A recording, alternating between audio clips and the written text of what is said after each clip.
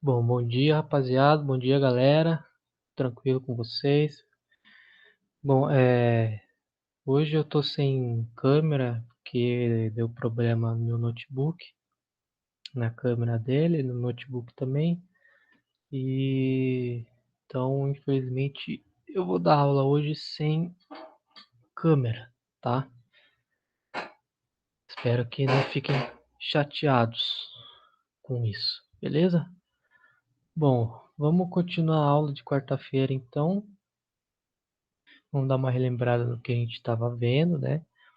A gente parou na teoria de Pasteur, que ele finalmente derrubou a teoria da biogênese, certo? Então, a gente ficou apenas com a teoria da biogênese, né? Mas aí a gente ainda estava com uma pergunta, eu deixei a pergunta aqui, sobre qual é a origem do primeiro ser vivo na Terra, né? Diante disso, eu vou trazer para vocês algumas hipóteses que são estudadas até os dias de hoje e ainda provém muitas discussões sobre qual foi a origem da vida em nosso planeta. Então, primeiramente, temos a hipótese da panspermia. Essa hipótese surgiu no final do século XIX e início do século XX por Arrhenius e outros pensadores da época. E essa hipótese traz o conceito de que a vida surgiu fora da Terra, ou seja, ela veio de qualquer outro lugar correspondente do universo, certo? E a ideia principal dessa hipótese é que seres vivos ou substâncias precursoras, ou seja, substâncias que obtinham potencial para se gerar seres vivos, vivem nos meteoros, asteroides e planetoides, né? E que possuem a possibilidade de sobreviver nessas condições mais adversas do espaço, como por exemplo os extremófilos, né? Ou como é mais conhecido, o tardígrado, né, que está nessa imagem aqui, né, e são os seres vivos mais resistentes conhecidos até hoje, poder sobreviver a qualquer meio, até mesmo no espaço, certo? Então, a hipótese nos diz que esses seres vivos, ou as substâncias, vinham através de meteoros e meteoritos que eram ejetados ao espaço por colisões entre os planetóides, asteroides, meteoros, etc. E por diversos motivos acabavam colidindo com a Terra, né? Mas essa hipótese existe alguns problemas para, né, para trazer uma argumentação mais plausível, né, para a gente pensar nisso daí. Como por exemplo, os meteoros quando atravessam a atmosfera terrestre, eles queimam, né? E aí pode haver a possibilidade de acabar com esses organismos que viviam nesses meteoros, né? Esses meteoritos. E a outra coisa que não responde a nossa pergunta, né? Que é de como surgiu o primeiro ser vivo. Se esse ser vivo surgiu em outro planeta, sei lá, em outra parte do universo, como que ele surgiu? Então, não não responde a nossa principal pergunta de como que surgiu o primeiro ser vivo, beleza? Então essa hipótese não é tão plausível assim, pelo menos até que apareça algum cientista aí com novos, novas ideias, novas hipóteses que possam comprovar essa outra teoria aqui da panspermia.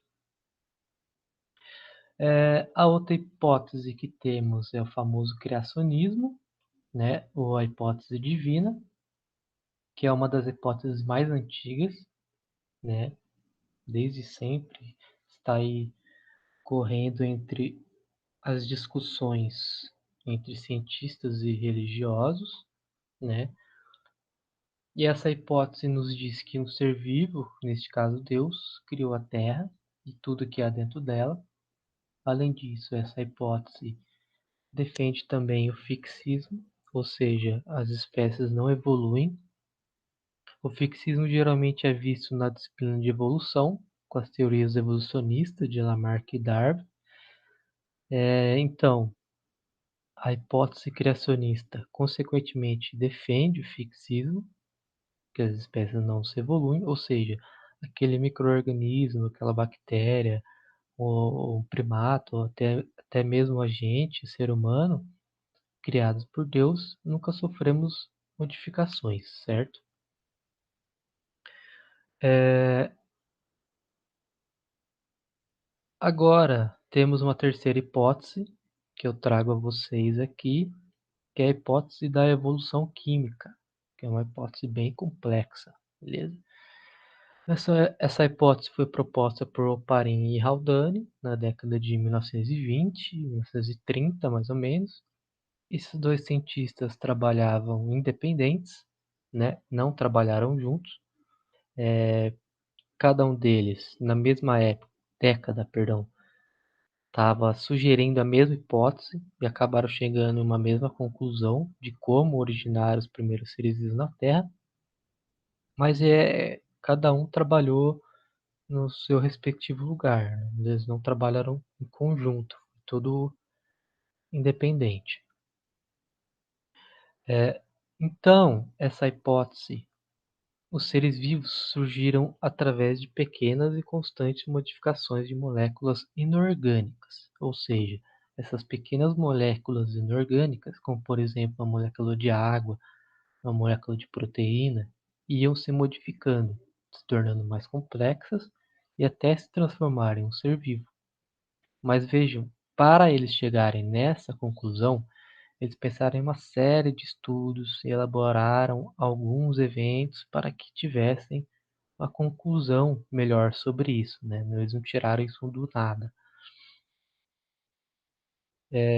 Com isso, a gente precisa voltar de novo na Terra primitiva e pensarmos como eram as condições da Terra para a gente entender um pouco como que esses cientistas tiraram essas ideias, né? Então, na Terra primitiva, existiam muitas erupções vulcânicas, a temperatura era extremamente alta e após milhões e milhões de anos houve o resfriamento da Terra. Com o resfriamento da Terra, houve a transformação da água do estado gasoso para o estado líquido, certo? E com isso foi se depositando e acumulando na superfície, que gerou a crosta terrestre, criando os rios e mares. Além disso, também existiam intensas descargas elétricas e radiação, lembrando, naquela época não havia camada de ozônio. Então, com essas condições, havia energia suficiente para essas moléculas se unirem e, consequentemente, gerarem moléculas maiores e mais complexas até chegarem nas moléculas orgânicas, certo?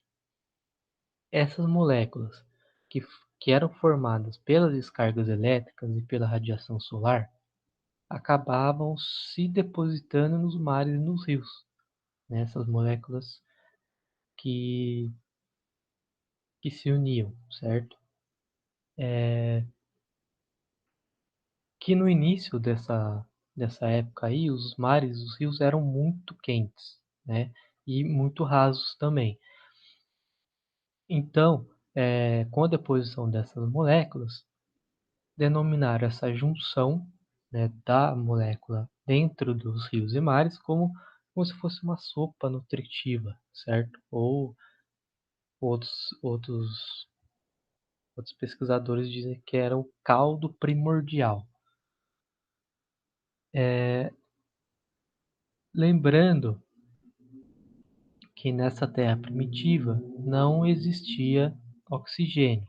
Então, a gente viu que as moléculas começaram a se unir, ficarem mais complexas e se agrupar. E isso estamos falando de um período de tempo de milhões de anos, certo? E com essa transformação, peraí, aí. E com essa transformação dessas moléculas, acabaram surgindo os primeiros pré-ser vivos, né, que dizem. Eles não eram ainda um ser vivo, eles eram pré-ser vivo, né? Mas que foram muito importantes para posteriormente o surgimento dos primeiros seres vivos. Então, esses quase ser vivos, que são chamados, deram o nome de coacervados, beleza? Coacervados. Então, o que são os coacervados? Os coacervados são moléculas orgânicas reunidas em grupos e envolvidas por água. Então, nessa imagem aqui, a gente vê, aqui a gente tem a água, certo? E dentro possuem moléculas orgânicas, né? Aqui por em volta dela, ó, tudo isso aqui é água e dentro existem moléculas orgânicas. Isso é muito importante porque as reações que acontecem aqui dentro, entre a água e as moléculas orgânicas, são diferentes das reações que acontecem aqui fora, certo? Então, após milhares de anos, esses coacervados que têm característica parecida com uma célula, vocês podem ver aqui, parece uma célulazinha, né? Essas moléculas ficaram mais complexas e, e ficaram mais complexas até formarem o material genético que a gente vê aqui e os fosfolipídios que constituem a membrana plasmática. E a partir desse processo formaram os primeiros seres vivos. Então, beleza, estava formada a vida na Terra. Esse aqui era parecido com um ser vivo, primeiro ser vivo, coacervado, beleza? Beleza. Mas lembrando que esse processo aconteceu há cerca de 3,5 bilhões de anos atrás. Beleza? Então é um processo muito, muito antigo, muito antigo. E para comprovar essa hipótese de que existiu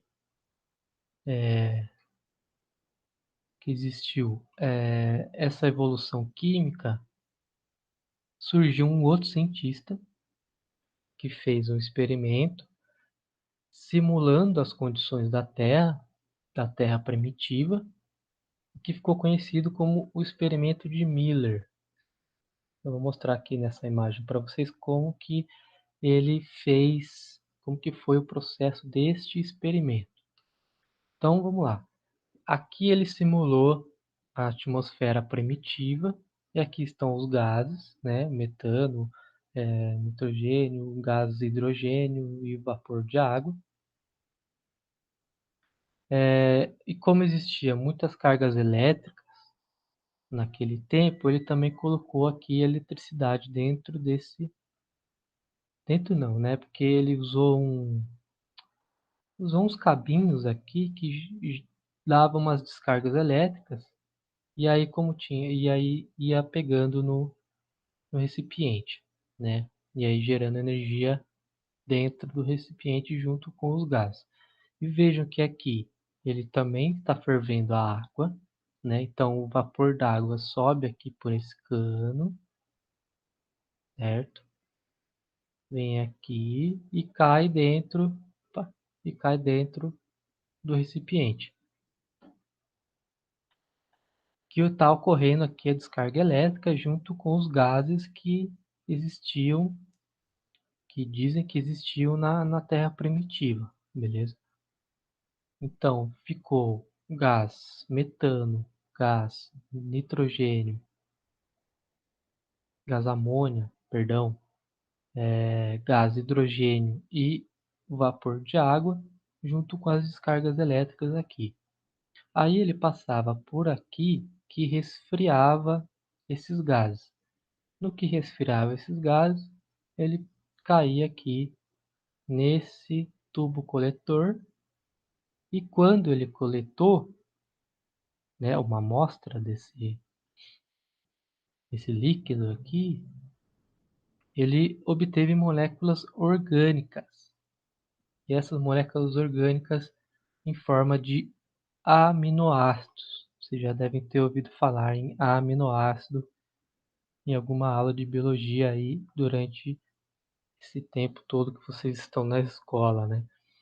Aminoácido, então. Portanto, ele conseguiu comprovar que através de moléculas inorgânicas, com as devidas condições do meio ambiente da Terra primitiva, foi possível a geração de moléculas orgânicas. Mas isso não quer dizer que vai gerar ser vivo, certo? A partir desse experimento, que nesse processo levaria milhões e milhões de anos. Além disso, também temos a função do acaso, né? A sorte. Então, isso não conseguimos fazer em laboratório. Mas esse experimento foi muito importante para dar embasamento para a hipótese da evolução química. Mas beleza. A hipótese da evolução química nos traz uma explicação ok para a origem da vida. Mas aí, como que esses micro-organismos se alimentam?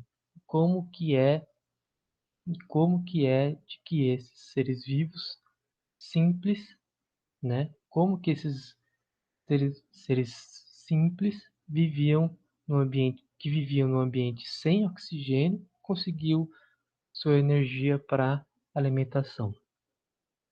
Então, a partir disso, temos duas hipóteses que tento explicar. E essas hipóteses estão dentro da teoria da evolução do metabolismo. Beleza? Então, temos a evolução do metabolismo e temos duas hipóteses dentro dessa principal teoria aqui, que é a evolução do metabolismo. A primeira hipótese é a hipótese heterotrófica, que é um ser heterotrófico, que esses primeiros seres vivos se alimentavam de fabricavam sua energia para alimentação através de outras substâncias, né? Diferente dos seres autotróficos, que produzem sua própria energia, seu próprio alimento, né? Então, esses, esses seres vivos,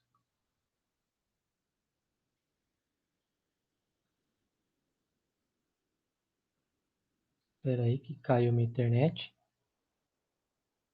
voltou. Então, esses seres vivos autotróficos essa hipótese dizia que esses seres vivos viviam nos mares e lagos, né? E como não havia oxigênio, esses seres vivos não conseguiam fazer a respiração.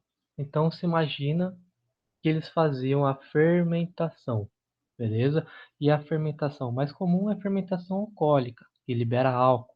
Então, nela, açúcares são quebrados e como produto nós temos o etanol, temos gás carbônico e com isso libera energia. E era essa energia que esses organismos usavam para alimentação. Com isso, se aumentou o número de organismos, né?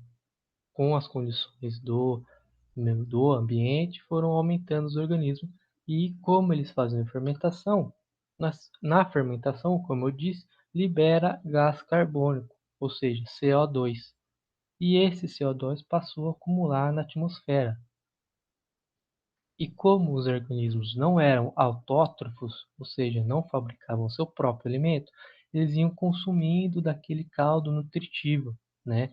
E assim o alimento começou a ficar muito escasso, porque havia muitos organismos que ficavam fazendo lá sua fermentação direto, tal, tal, tal, e aí o alimento daquele rios e mares ia ficando escasso. A partir daí, começou o acúmulo, né, de CO2 na atmosfera. Como iam liberando muito CO2, esses organismos, através da fermentação, a, houve o acúmulo de CO2 na atmosfera. E, por acaso, alguns organismos, lembrando, por acaso, tá? alguns organismos começaram a utilizar o CO2 para fabricar o seu próprio alimento. A partir disso, surgiu a famosa fotossíntese, né? Importantíssimo. E os seres vivos, os organismos que fazem fotossíntese, liberam oxigênio. Olha lá a sacada. Liberam oxigênio. E ao liberarem o oxigênio, a atmosfera começou a acumular oxigênio. E, consequentemente, organismos, também por acaso, começaram a utilizar esse oxigênio para fabricar o seu alimento. E sabemos que quando se utiliza o oxigênio, você faz a respiração celular e fabrica muito mais energia do que a fermentação, beleza? Então vamos resumir um pouco. Os primeiros organismos faziam fermentação, certo? Que é a quebra aqui, ó, de açúcar que gera etanol, que gera gás carbônico e gera energia. E aí, com a fermentação, libera gás carbônico para a atmosfera, beleza? Possibilitando a chegada de organismos fotossintetizantes. E como surgiu os organismos fotossintetizantes que liberam oxigênio na atmosfera, houve o acúmulo de oxigênio na atmosfera. Consequentemente, esses organismos, alguns outros organismos, começaram a utilizar o oxigênio para fazer respiração celular, beleza? Essa então é a hipótese heterotrófica. Agora a gente vai para a hipótese autotrófica, certo? Então, os pesquisadores que defendem essa hipótese autotrófica dizem que os primeiros organismos eram autotróficos e que fazem quimiossíntese, ou seja, eles eram seres autótrofos quimiosintetizantes, beleza? E eles viviam nas profundezas do oceano, longe do bombardeamento de meteoritos, que naquela época ainda existia, né, aquela chuva de meteoros, né, a Terra ainda era bombardeada por meteoros e meteoritos, então eles viviam lá nas profundezas dos oceanos.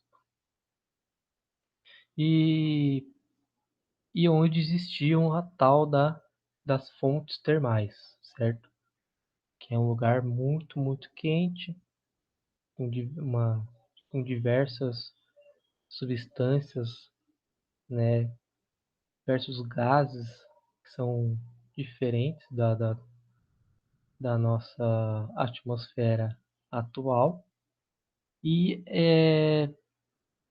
essas bactérias, né, esses seres autótrofos que eram chamados de bactérias, que eram muito parecidos com as bactérias de hoje em dia, né, bactérias quimiosintetizantes, porque temos bactérias quimiosintetizantes, temos bactérias, né, de outro tipo.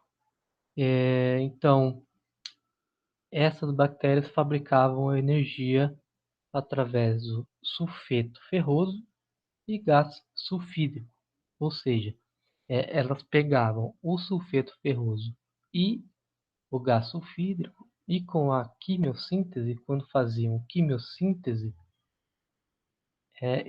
eles liberavam sulfeto férrico mais gás hidrogênio e, consequentemente, energia. Então, eles mesmos fabricavam sua própria energia para alimentação.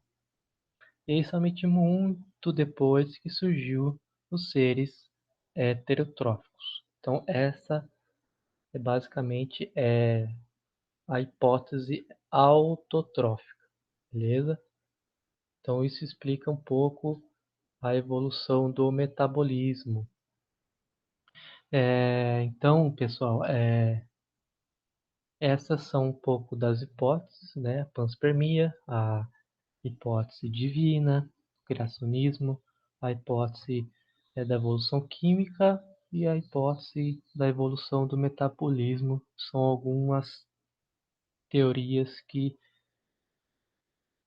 discutem até hoje em dia a origem da vida na Terra. Então, caso vocês tenham mais curiosidade sobre esse tema, eu indico para vocês aqui um documentário, eu acho que tem no YouTube, se eu não me engano, eu achei lá, chama O Início de Tudo, é um documentário da National Geographic, tá? Chama O Início de Tudo, coleção Origens da Vida, a Evolução das Espécies. Eu aconselho vocês, caso alguém queira, tenha mais curiosidade, acho que se eu não me engano tem 1 hora de documentário, mas é legal, é interessante esse tema. Então, se alguém quiser assistir, tem lá no YouTube e chama O Início de Tudo, tá? É, qualquer dúvida, então, vocês podem me mandar um e-mail, né? kaique.stendio@nesp.br. Eu estarei sempre à disposição de vocês. Então, valeu, galera, tamo junto. Desculpa aí por estar sem a câmera, beleza? Vou tentar arrumar isso até a próxima aula. Primeira aula eu consegui fazer normal, a câmera já estava ruim, mas acho que deu certo. E agora na segunda aula deu esse probleminha, mas na próxima aula a gente faz umas gambiarra aí e tenta voltar com a câmera, beleza? Então é isso. Até a próxima aula, galera. Valeu!